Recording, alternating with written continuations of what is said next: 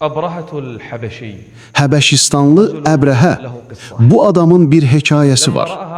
Bu adam bütün insanları Kəbəyə həcc ziyarətinə getdiyini görəndə Allahın müqəddəs evinə bu vəziyyəti qəbul etmədi və bununla razılaşmadı. İnsanları Kəbədən uzaqlaşdırmağa çalışdı. Lakin bacarmadı. Buna görə də böyük, əzəmətli bir kilisə tikməyə qərarına gəldi. İnsanlar ora həcc ziyarətinə getsinlər deyə. Amma o yazıq bilmirdi ki, bu Kəbə sıradan bir bina deyil. Bu Kəbə uca Allahın əmri ilə tikilmişdir. Onu İbrahim Xəlil tikmişdir. Allaha ibadət üçün ilk ev olsun deyə. Həqiqətən insanlar üçün təyin edilmiş ilk ev Bəkkədəki evdir. O bərəkətli və aləmlər üçün bir hidayət qaynağıdır. İnsanlar arasında həcc ziyarətini elan et ki, onlar sənin yanına piyadə və hər uzaq yoldan gələn arıq dəvələr üzərində gəlsinlər.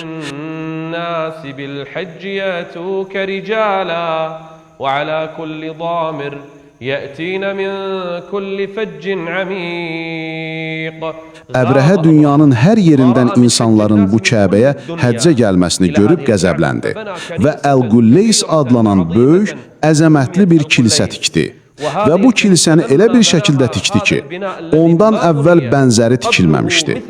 O yeri idarə edən Nəcaşiyə xəbər göndərdi. Dedi, ey hökümdar, mən sənin üçün elə bir kilisə tikdim ki, heç bir hökümdar üçün ondan əvvəl bənzəri tikilməmişdir. Və mən insanları bu kilisəyə həccə dəvət edəcəyəm. Və həqiqətən də bütün bölgələrə xəbər göndərdi ki, insanlar bu kilisəyə həcc ziyarətinə gəlsinlər. Hər vadidə, hər kənddə, hər şəhərdə insanları bu kilsəni ziyarət etməyə və həccə dəvət edən bir elçi göndərdi.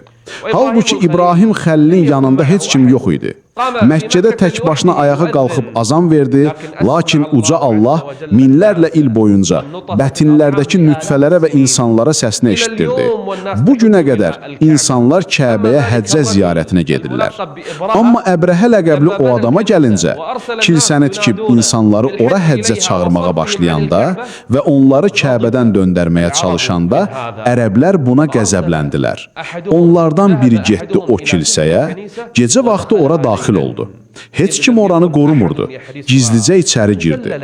O kilsəyə daxil olanda oranı murdarladı. Yəni orada natəmiz işlər gördü. Təbii ehtiyacını ödədi.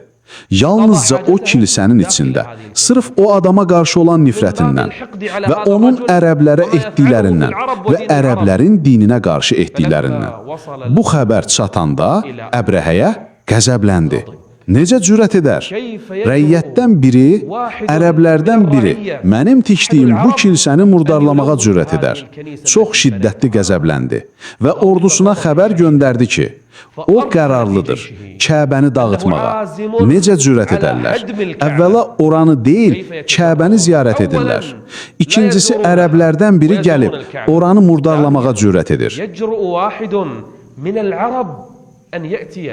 Beləliklə insanlara xəbər göndərdi ki, Əbrəhə Kəbəni dağıtmağa qərarlıdır. Ordularını topladı və hazırladı. Əbrəhə o böyük işə hazırlaşdı, sonunun nə olacağını bilmədən.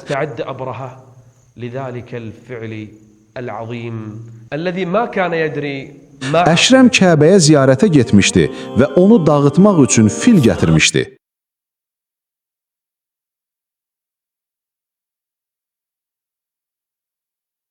O cinayətinin ağırlığını dərk eləmədi. Onun pis aqibətini bilmədi. Əbrəhə böyük, saysız hesabsız bir ordu ilə yola çıxdı.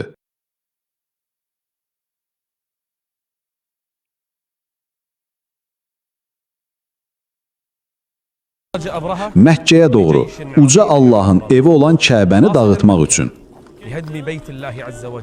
Qəbilələr və ərəblər bunu eşitdilər. Yəmən hökümdarlarından biri ona qarşı çıxdı. Adı Zunəfər idi. Bəzi qəbilələr də onunla birləşdi, Əbrəhə və ordusuna müqavimət göstərmək üçün. Lakin Əbrəhə onu məğlub etdi və qalib gəldi və onu əsir aldı. Zunəfər ona dedi, ey Əbrəhə, məni öldürəcəksən.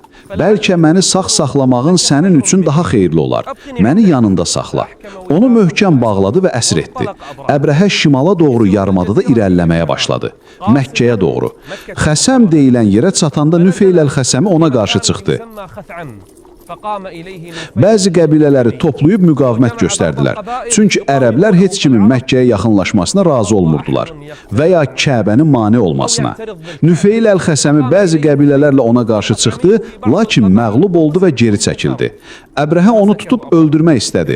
Dedi, məni öldürmə. Bəlkə mən sənin Məkkəyə bələdçin olaram və bu qəbilələr sənə qulaq asıb itayət edərlər.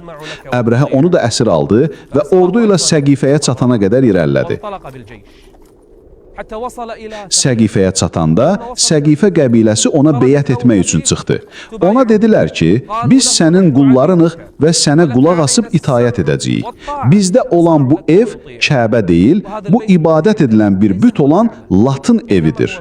Əgər istəsən, biz sənə itayət edərik və səninlə birlikdə Kəbəyə və Məkkəyə yol göstərən birini göndərərik. Əbrəhə onlardan vaz keçdi və onlar da onunla birlikdə Əburuğal adlı bir adam göndərdilər. Məkkəyə çatdılar və yolda Məkkədən əvvəl Muğəmməs adlanan bir yerdə dayandılar. Onlar orada dayandıqda Allah Əburuğalın üzərinə əzabını indirdi və o həlak oldu. Ərəblər Məkkəyə yol göstərən bələdçinin qəbrini daşlayırdılar. Bundan sonra Əbrəhə Əsvəd ibn Məxsud adlı bir adam göndərdi. Onu Məkkəyə xəbər toplamaq üçün göndərdi. O neçə atlı ilə yola çıxdı. Məkkəyə çatanda onların bəzi mallarını qarət etdi və Qureyşin ağasının sahib olduğu 200 dəvəni götürdü, Qureyşin böyüyü olan Əbdülmüttəlib ibn Haşim və dəvələri Əbrəhəyə gətirdi. Hüzeyl, Kinanə və Qureyş qəbilələri Əbrəhə ilə döyüşmək üçün toplandılar, lakin onun gücünü və ordusunun sayını biləndə geri çəkildilər və heç kim Əbrəhə ilə döyüşməyə cürət etmədi. Əşrəm Kəbəyə doğru irəliləmişdi və onu dağıtmaq üçün fil gətirmişdi. O cinayətinin miqyasını dərk eləmədi və Əbrəhə isə Hunatə ibn Himyərə adlı bir adam göndərdi.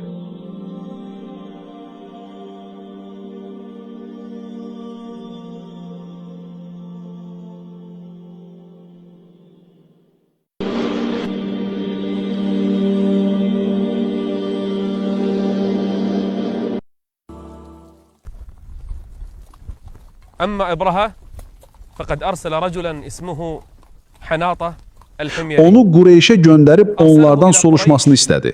Mən sizinlə müharibə etmək istəmirəm və sizin qanınıza ehtiyacım yoxdur. Mən yalnız Kəbəni dağıtmaq istəyirəm. Mənimlə onun arasına girməyin. Hunatə ibn Himyəri Qureyşin yanına gəldi və onların ağası Əbdülmüttəlibi soruşdu. Onun yanında oturub xəbəri ona çatdırdı. Əbdülmüttəlib ona dedi, bizim də Əbrəhə ilə müharibə etməyə ehtiyacımız yoxdur. Bu evə gəlincə, biz onunla sənin arana girməyəcəyik. Dedi, o səninlə danışmaq istəyir. Əbdülmüttəlib çıxıb Əbrəhənin düşərgəsinə yollandı. İçəri girən kimi Zunəfər adlı bir adamı soruşdu. Məhsur olunmuş, əsir düşmüş və Əbdülmüttəlibin dostu olan adamı onunla oturdu və dedi, ey Zunəfər, Əbrəhənin yanında bizə şəfaət edə bilərsənmi? Dedi, mənim kimi birəsirin nə faydası olar? Mən nə edə bilərəm? Mən bir əsirəm. Bugün və ya sabah məni öldürə bilər. Amma mənim bir dostum var. O filin baxıcısıdır. Əbrəhə bir fil çıxarmışdı və onunla birlikdə bir baxıcı da var idi. Bu baxıcının adı Ənis idi. Dedi, mən onunla danışacağam ki, sənin üçün Əbrəhənin yanında şəfaət etsin. Zunəfər filin baxıcısının yanına getdi və ona Əbdülmüttəlibin öz qövmü arasında şərəfli bir insan olduğunu, düzənlikdə və dağlarda insanları və yoxsulları doyurduğunu söylədi. Onun üçün Əbrəhənin yanında şəfaət et. Ənis Əbrəhənin yanına getdi və ona xəbəri çatdırıb şəfaət etdi ki, Qureyşin ağası səninlə danışmaq istəyir. O, düzənlikdə, çöldə və dağlarda insanları doyurur və o istəyir ki, sənin yanına gəlsin. Əbrəhə Əbdülmüttəlibin onun ordusuna və çadırına girməsinə icazə verdi.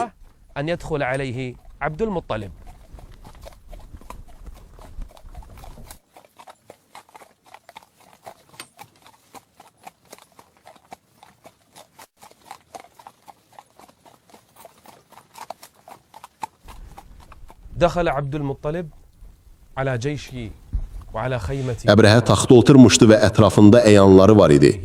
Əbrəhə onu görəndə böyüklüyünü anladı və onun əzəməti və vüqarı qarşısında heyrət etdi. استعظمه وأعطاه هيبته. Əbrəhə taxtdan oturmaqdan çəkindi və Əbdülmüttəlibin yerdə onun altındakı xalçada oturmasından Əbrəhə taxtdan qalxıb xalçada Əbdülmüttəlib ilə birlikdə oturdu. فقام أبرهة من كرسيه وجلس على البساط Və onun əzəməti üzərində idi. Çünki o Qureyşin ağası və böyüyü وهو idi. سيد قريش وهو Əbrəhə ilə Əbdülmüttəlib arasında bir tərcüməçi var idi. Heç biri digərinin dilini bilmirdi. فلا أحد يعرف. Əbrəhə tərcüməçiyə dedi, ondan soruş, istəyi nədir? Dedi, Əbrəhə səndən istəyinin nə olduğunu soruşur. Dedi, mənim 200 dəvəm var. Sənin adamın onları götürüb. Hökümdardan onları mənə geri qaytarmasını istə. أصابها صاحبك فسل الملك يرجع. Tərcüməçi Əbrəhəyə Əbdülmüttəlibin istəyini çatdırdı. Əbrəhə tərcüməçiyə dedi, ona de ki, mən onu görəndə ondan xoşum gəldi. إنني عندما رأيته أعجبت Ona به. dəyər verdim və hörmət etdim. Amma o məndən istəyini istəyəndə ona olan hörmətim azaldı. Əbdülmüttəlib dedi, niyə? Niyə mənə olan hörmətim قال azaldı? عبد المطلب ولما لما زهدت بي. Dedi, gəlib məndən 200 dəvə istəyirsən və sənin və ataların, babaların dini olan bir evi tərk edirsən, onun haqqında mənimlə danışmırsan. هو دينك ودين آبائك وأجدادك لا تكلمون. Məndən 200 dəvə istəyirsən və dağıtmaq istədiyin bir evi tərk edirsən. وتترك بيتا أريد هدمه. Əbdülmüttəlib dedi, mən dəvələrin sahibiyəm. Evin isə onu qoruyan və müdafiə edən bir Rəbbi var. رب يحميه ويمنعه. Əbrəhə dedi, bəs məni evdən kim çəkindirə bilər? ومن يمنعني من Əbdülmüttəlib البيت. dedi, sən və o əgər səni çəkindirərsə, bu sənin və uca Rəbbimizin işidir. أنت وذاك إن منعك شأنك وربنا جل وعلا. Beləliklə Əbdülmüttəlib dəvələri götürüb geri qayıtdı və tələsiklə Qureyşi dedi, çıxın, çünki bu adam Kəbəni dağıtmağa və müqəddəs yeri təhqir etməyə qərarlıdır. İnsanlar dağların zirvələrinə və dərələrə qaçmağa başladılar. Arvadları və çocuqları ilə birlikdə qaçdılar. وإلى الشعاب يهربون بنسائهم وأطفالهم. Əbdülmüttəlib Kəbənin halqasından yapışıb uca Allaha evini qoruması üçün dua edirdi. الله جل وعلا أن يحمي بيته. Allahım, qul öz malını qoruyar, sən də öz halalını qoru. Onların xaçı və hiləsi sabah sənin hilənə qalib gəlməsin. Əgər onları tərk edərsən və qibləmizi, onda əmir sənə aiddir. Sonra kişilərə əmr etdi ki, çıxsınlar və insanlar çıxdı. Məkkədən və boşaldı. Məkkə və Kəbə ətrafı insanlardan təmizləndi. Gəlişini gözləyirdilər, Əbrəhənin və ordusunun. Allah isə quşlar göndərdi ki, Əbrəhəni və ordusunu daşlasınlar. Məkkə əhli dağlara doğru yola çıxdı.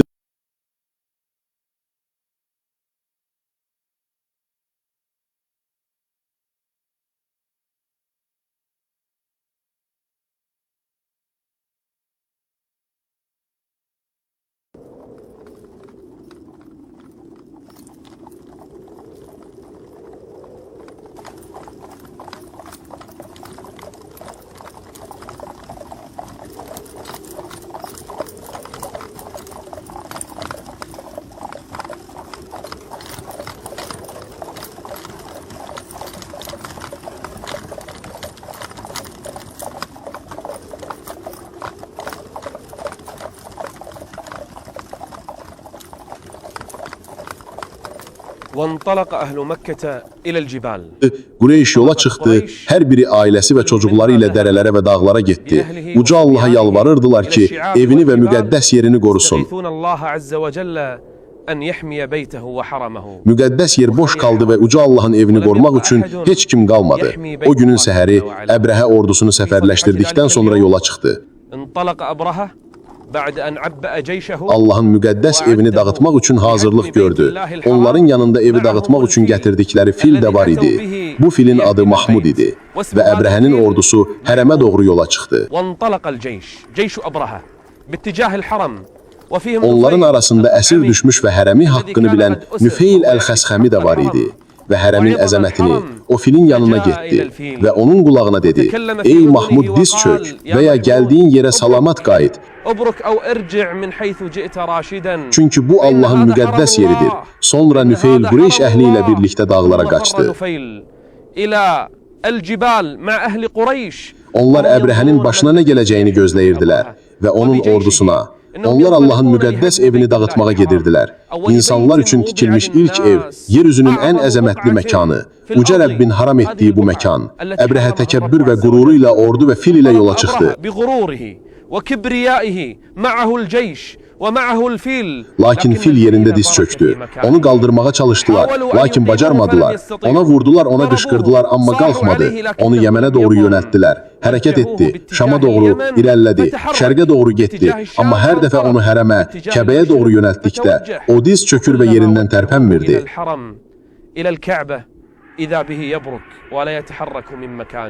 Qorxu ordunun içinə yayılmağa başladı. Bu filə nə olub? Hər yerə gedir. Allahın müqəddəs evindən başqa nə oldu, nə baş verdi? Birdən səma qaraldı.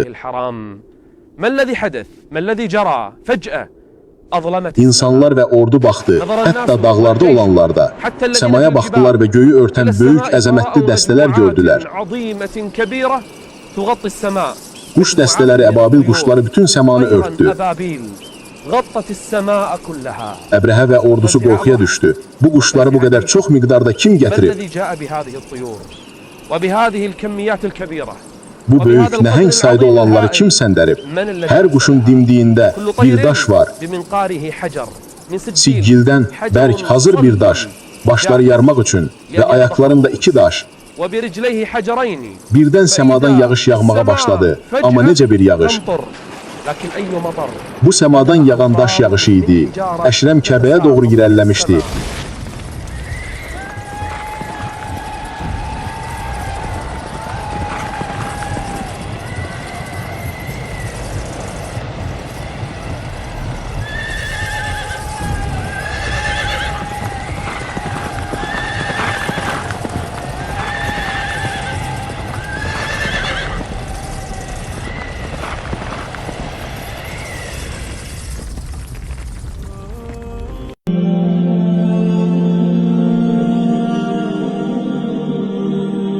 Və onu dağıtmaq üçün fil gətirmişdi. O cinayətinin miqyasını dərk etmədi. O pis aqibətini bilmədi. Allah quşları göndərdi ki, onları daşları ilə vursunlar.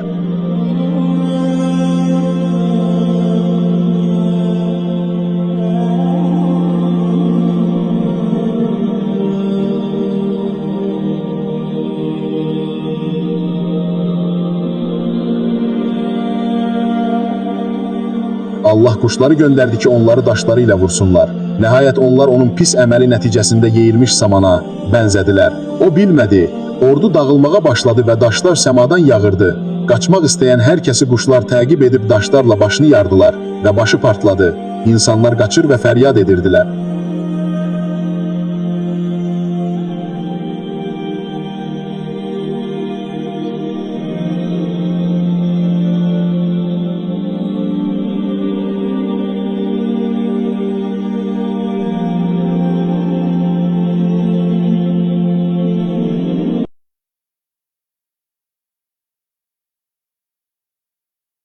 تنزل من السماء كل من أراد الهروب تبعته الطيور ففضخته. İndi Əbrəhə yıxılmağa başladı. Ordusu sağa sola qaçmağa başladı. ويتصايحون الآن بدأ أبرهة يتساقط بدأ جيشه يهرب يمنة ويسرى. Məkkə əhli isə baxır və Allah'a onları və evini qurtarması üçün dua edirdi. Əbrəhə o meydandan qaçır, harada xilas olacağını bilmirdi. Əbrəhə qaçdı, bəzi insanlar qaçdı, ölənlər öldü, öldürülənlər öldürüldü və qaçanlar qaçdı. Hətta Əbrəhə yolda qaçarkən, ölkəsinə qayıdarkən bədəni yavaş-yavaş dağılmağa başladı. Barmaqları əllərindən düşür, bədəni parçalanırdı. Ölkəsinə çatanda isə yıxılıb həlak oldu. Uca Allah Əbrəhəni və ordusunu məhv etdi. Sağ qalanlar isə ölənlər və qalanlar üçün bir ibrət oldu. Beləcə, Uca Allah Əbrəhəni və ordusunu məhv etdi. Uca Allahın dediyi kimi, məyər Rəbbinin fil sahiblərinə nə etdiyini görmədinmi? Kəmə qalallahu azza və cəl, ələm tərə keyfə fəalə rabbuk, ələm tərə keyfə fəalə rabbukə bi əshabil fil. Məyər o onların hiləsini boşa çıxarmadı mı? Və onların üzərinə dəstə-dəstə quşlar göndərmədi mi? Onları bişmiş gildən olan daşlarla vururdular. Hələliklə onları yeyilmiş samana döndərdi. فجعلهم كعصف مأكول. Başları yarıldı, bədənləri parçalandı və onlardan qaçanlar qaçdı. Uca Allah beləcə öz evini və müqəddəs yerini qoruyur. Bəli, evin onu qoruyan bir Rəbbi var. Kim orada zülmlə haqsızlıq etmək istəsə, ona ağrılı bir əzab daddırarıq. Beləliklə, bu hadisə Məkkə əhli və ətrafdakılar üçün bir ibrət oldu ki, Uca Allahın şərəfləndirdiyi bu evin hörmətini bilsinlər. Uca Allah müqəddəs yeri və müqəddəs yerin əhlini qorudu.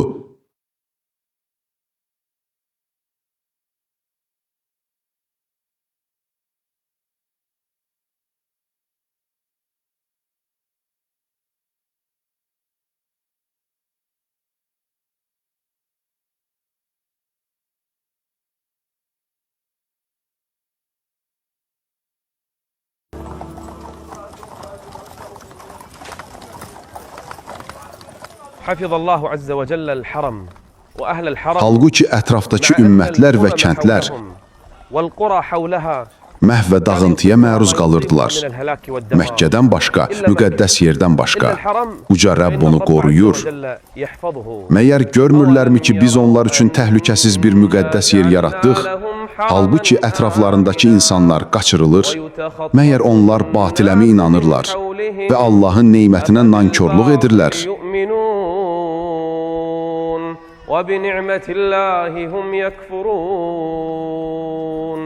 Məkkənin ağası Əbdülmüttəlib ibn Haşimin onu qoruyan 10 oğlu var idi.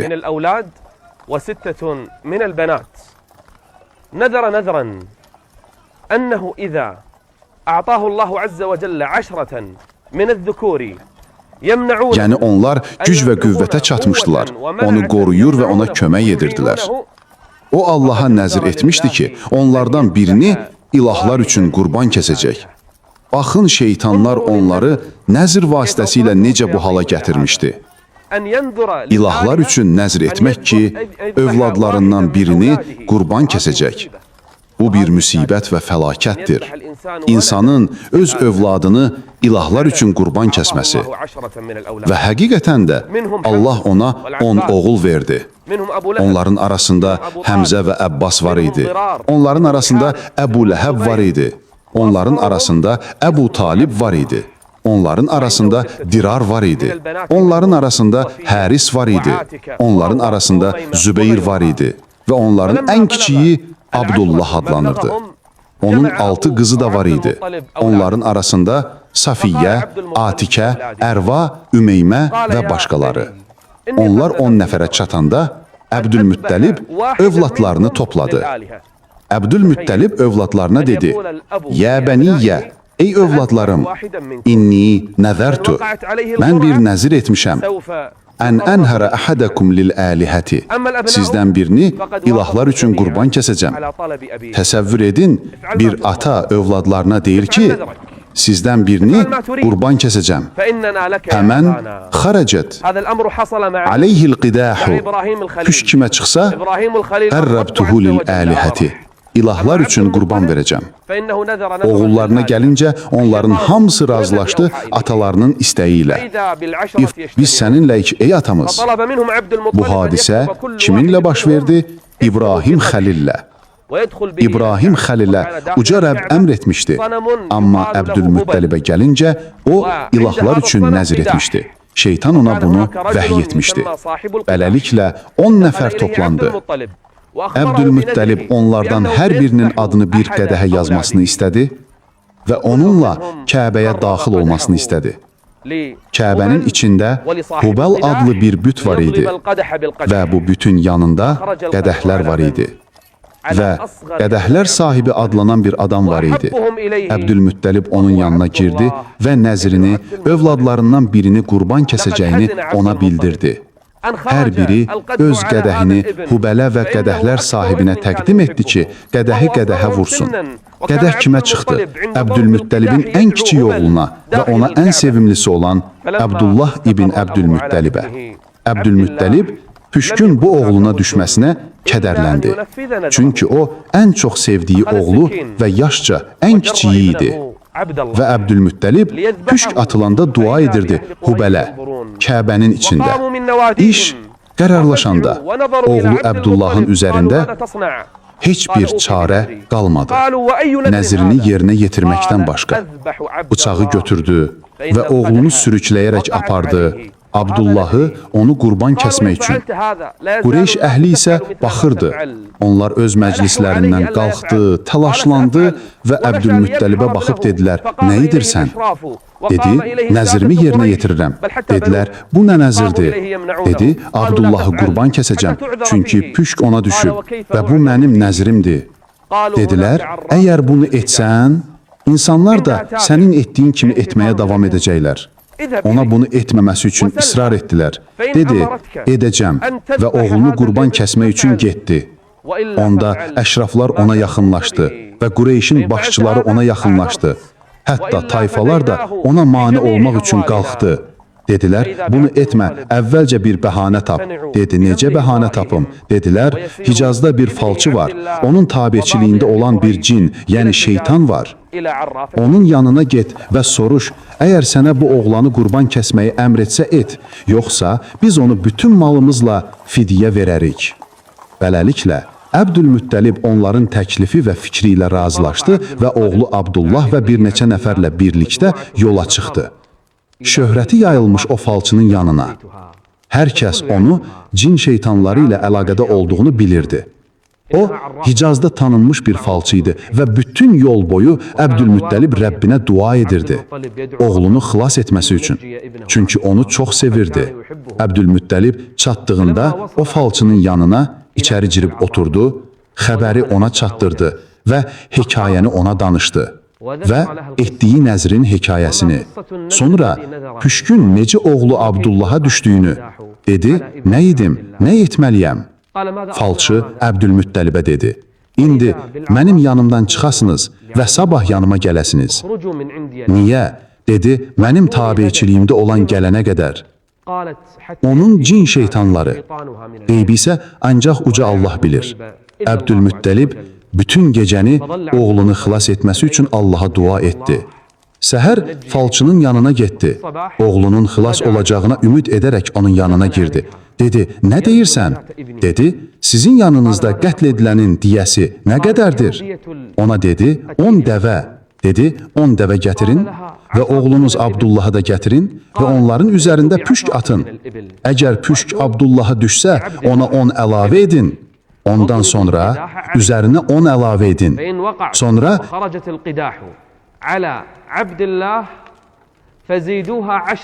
yenidən püşk atın. Püşk dəvələrə düşənə qədər. Əgər püşk dəvələrə düşsə, onları kəsin. Onları qurban kəsin, sayı nə qədər olursa olsun. Çünki Rəbb onlardan razı qalmışdır. Yəni, əgər püşk dəvələrə düşsə, Rəbb bu dəvələri sizdən qəbul etmişdir və yoldaşınızı bağışlamışdır. Əbdülmüttəlib sevinclə öz qövmünün yanına qayıtdı. Oğlunun üçün bir xilas fürsəti tapmışdı. Əbdülmüttəlib Hicazdan qayıtdı.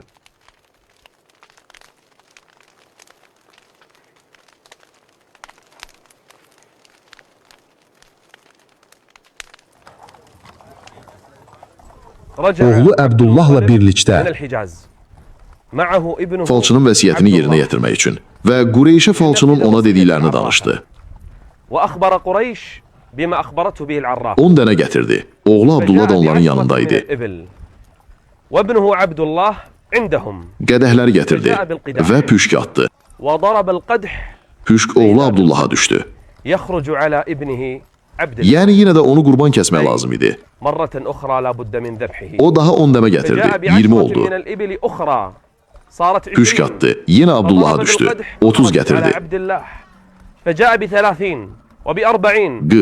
nəhayət 100-ə çatdırdı. Püşk atdı və qədəhlər dəvələrə çıxdı. Burada insanlar, onun oğulları və Qureyş əhli sevindi. Onların iddiasına görə ilahlar 100 dəvə ilə razılaşmışdılar, amma Əbdülmüttəlib razı olmadı. بزعمهم رضيت ب100 من الإبل أما عبد المطلب فإنه لم يرضى. قالوا ولم؟ Soruşdu niyə? Dedi, yenidən püşk atana qədər. İlahların bununla razılaşdığına əmin olmaq və təsdiq etmək üçün. Yenidən püşk atdı ki, əmin olsun və təsdiq etsin ki, ilahlar bununla razılaşıb. Yenidən püşk atdı və püşk dəvələrə çıxdı. İnsanlar sevindi. Dedi, bununla razı olmayacağam. Üçüncü dəfə püşk atana qədər. Üçüncü dəfə püşk atdı və püşk dəvələrə çıxdı. Və uca Allah Abdullah ibn Əbdülmüttəlibi xilas etdi. Əbdülmüttəlib oğlu Abdullaha olan sevincindən Bəni Zöhrənin başçısı olan Vəhb adlı bir adamın yanına getdi. Abdülmuttalib bibnihi Abdullah zəhəbə ilə seyyidi Bəni Zəhrə və huve rəculun ismuhu Vəhbu. Vəhb ibn Əbdümenəf ibn Zöhrə o tayfanın başçısı idi. Onun yanına gəlib dedi, sənin qızın Əminəyə elçi düşmək istəyirəm. O Məkkənin ən şərəfli qadını idi və Məkkə qadınlarının xanımı, Vəhbin qızı. Dedi, ona elçi düşmək istəyirəm. Dedi, kimin üçün? Dedi, oğlum Abdullah üçün. Sevinç iki qat oldu. Uca Allah Abdullahı xilas etdi. İbn Əbdülmüttəlibi. Sonra onu Məkkə qadınlarının xanımı ilə evləndirdi. Əminə binti Vəhb. Və onun atası başçı idi, Bəni Zöhrənin. Lakin evlilik çox uzun sürmədi. Hamilə qalan kimi Əminə binti Vəhb, əri Abdullah ibn Əbdülmüttəlibdən. Təqdir belə oldu ki, uca Allahın Abdullah vəfat etsin. Abdullah ibn Əbdülmüttəlib öldü. Uca Allahın təqdir belə oldu ki, Abdullah vəfat etsin. Abdullah öldü və Əminədən olan oğlunu görmədi. Uca Allahın qədəri belədir. Bu adamı xilas etmək ki, bu qadınla evlənsin. O hamilə qaldıqda və vəzifəsini yerinə yetirdikdə, uca Allah onu öz dərgahına apardı.